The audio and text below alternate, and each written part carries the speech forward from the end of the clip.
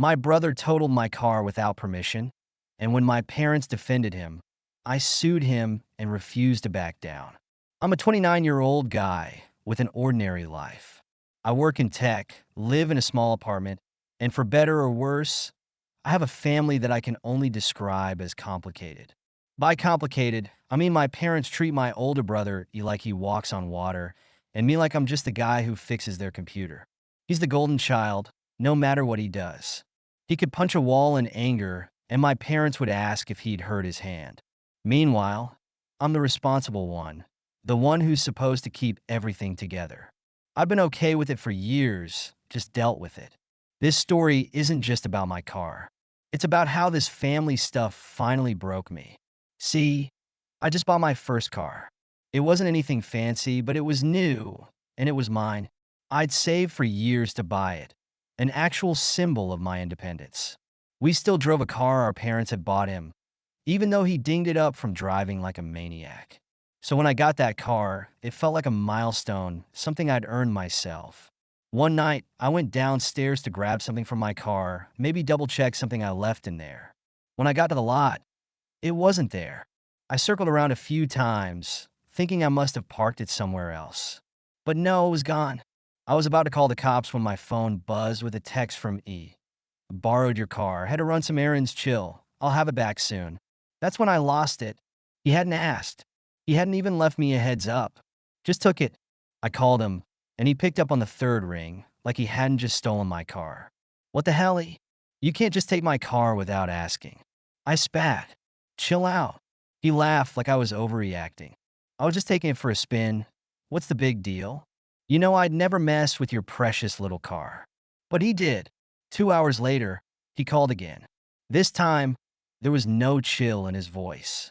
Hey, don't freak out, but there was a bit of an accident. Bit of an accident? I repeated, feeling my blood pressure spike. What the hell did you do? It's not my fault, okay, he said, sounding genuinely annoyed, like I was the one putting him out. The road was slick, and this truck swerved, so I tried to get out of the way. Anyway, the car's kind of wrecked, but insurance will cover it, right? My insurance? I was practically yelling. That's not how insurance works. You're not on my policy. Relax, don't be so uptight, he replied, as if I was just nitpicking. It's just a car. You'll get over it. The knot twisted in my stomach as I rushed to where he'd abandoned it. The front was smashed, the headlights were gone, and the whole hood looked like it had been through a blender. Totaled. I could tell from the way he left it. He'd been speeding. This wasn't a bit of an accident. I called my parents, hoping maybe, finally, they'd back me up. I explained everything, expecting at least some anger on my behalf. But the response I got made me feel like I was the crazy one. Well, it's just a car, my dad said. Maybe he just made a mistake. Dad, he crashed it without permission.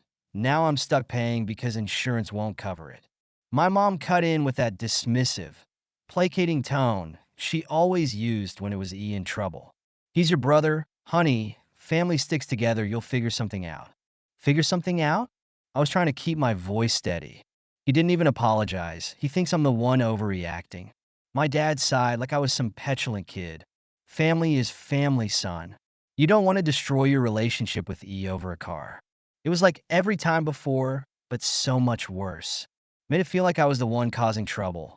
Thought of suing, he came to me then, but I pushed it aside.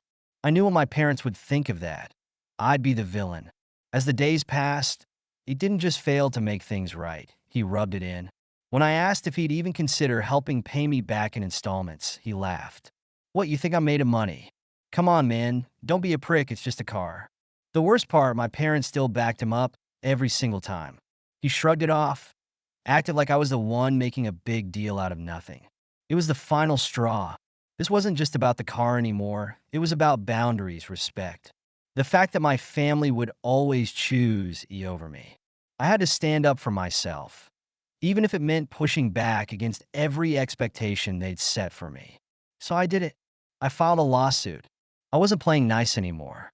When he received the notice, he showed up at my apartment, hammering on the door, demanding answers. He looked genuinely furious, like I was the one who'd wronged him. What the hell are you thinking, he said, his face twisted with entitlement. I gave you every chance to make this right, he said, meeting his glare. You didn't even offer to pay me back. You took my car like it was yours, and you don't care about the damage. He scoffed, throwing his hands up. You're just jealous because mom and dad actually care about me. That's what this is about, isn't it? Finally said everything I'd bottled up for years. Told him how sick I was of being treated like I didn't matter. He just stood there stunned as I listed every time he'd gotten away with everything, while I'd been left to fend for myself. It was like talking to a wall. Nothing got through to him. Then came the dirty tricks. The parents went from just disappointed to actively trying to destroy my case. They called every family member, every family friend, and everyone who knew us, painting me as the ungrateful son. Soon, aunts, uncles, and cousins were calling to tell me how disrespectful I was being, how I was betraying my own family over a little accident. Then my mom took it up a notch. She showed up at my workplace. My job is pretty quiet, so to see my mom barging and looking furious was mortifying. He demanded we talk right there in front of my colleagues. My boss called me aside afterward, genuinely concerned, asking if everything was okay. I was humiliated, but I knew exactly why she'd done it. To embarrass me, to make me look like the unstable one. When that didn't work, it went deeper. Suddenly, I got a call from my landlord that my rent check had bounced. I'd set up direct deposit, and I knew I had the funds. When I checked my bank, I found that my parents had accessed an old college account we still shared, siphoning off a chunk of my savings without asking. I confronted them. My dad didn't even flinch. He only took what you didn't need. He said, "You'll thank us one day. Maybe this is the wake-up call you need." He told me they'd return the money if I dropped the lawsuit. I was beyond furious. It was clear to me they'd go to any lengths to protect E and keep me from getting justice. And E decided to take it even further. A week later, I got served with papers. Filed a counterclaim, claiming I'd harassed him over the lawsuit. Document was packed with lies. He alleged I'd sent him abusive messages, that I'd threatened him, even that I'd created a hostile environment for him. It was obvious what he was doing, trying to force me to settle, make the whole ordeal so draining and costly that I'd just give up. My lawyer advised me to consider settling, pointing out that the counterclaim could drag on for months. I was too angry to back down. Couldn't let he get away with this. As the court date approached, my dad made one last desperate move. He invited me over for a family dinner, saying he wanted to settle things peacefully. I went mostly out of curiosity. Maybe I thought they'd finally see sense. Maybe they'd finally hear me out. When I arrived, they'd laid out my favorite meal. For a second, it felt like a real family dinner. Like they'd set all this aside and actually listened to me. Then my dad slid a piece of paper across the table. It was a family contract they'd drawn up. Documents stated that if I agreed to drop the lawsuit, he would work off the debt in vague terms that meant nothing. It was filled with loopholes and vague promises. Just an attempt to trick me into a settlement that they'd never actually honor. When I refused to sign, my dad's calm facade crumbled. He exploded, telling me I was cold-hearted and that I was cold-hearted and that I'd never understand the importance of family. He was yelling now, his voice shaking with anger.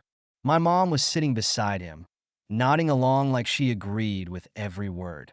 Like they were united in their anger against me, their own son. "You're betraying us over a damn car. You realize that," he hissed. "All this over one little mistake. You're pathetic." Just sat there across from me, arms crossed with this smug grin on his face, watching the whole thing unfold.